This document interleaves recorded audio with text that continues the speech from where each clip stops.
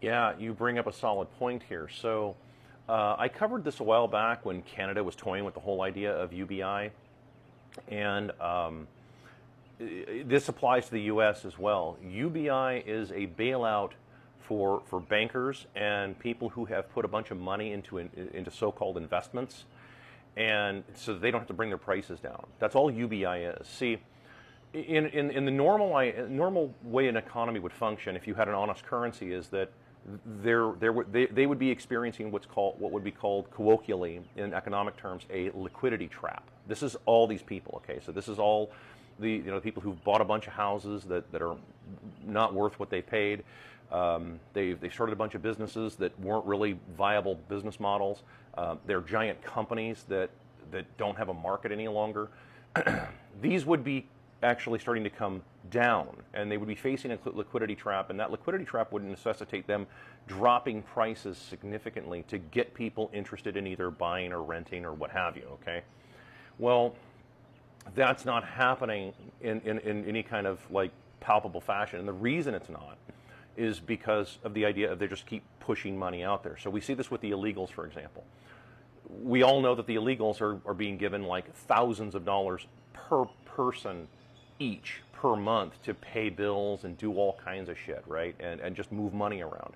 That's effectively a bailout for the giant corporations, the bankers, and what have you, because they know that those dollars are going to just make their way back into those banks. It's a closed loop system, okay? UBI does effectively the same thing. It just does it with the domestic population. So where you're getting, let's say, because it sounds good to get, like $2,000 a month or $3,000 a month from the government. Sounds kind of cool, right? Except that all that money is just going to go back to the same people that just gave it to you. So you don't really get anything out of it.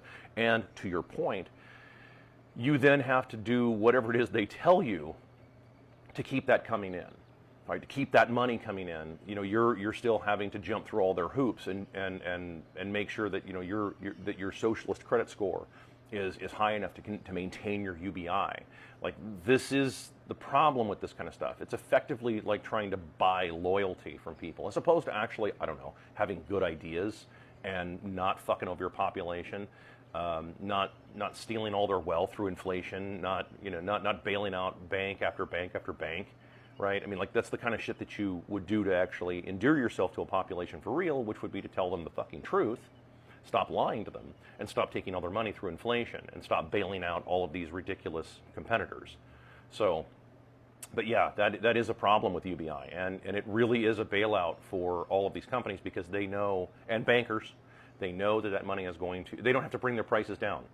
And that's what they're after. They cannot have all of these asset prices that they've, particularly the bankers, they can't have all these asset prices that they've lent out trillions of dollars on collectively start coming down. I mean, just put yourself in their position, right? If you just lent somebody, let's say you were a zillionaire, right? And you lent somebody, $1 billion to do some kind of big infrastructure project or some kind of big project that was going to make a bunch of money, right?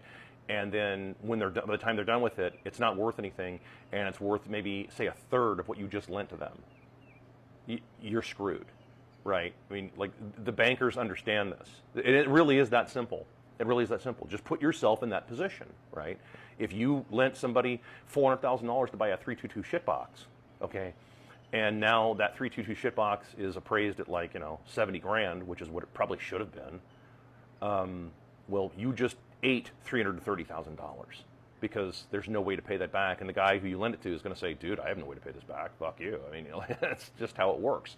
So, but yeah, that would be the obvious. Your reservation of UBI is grounded in some reality. Good notice.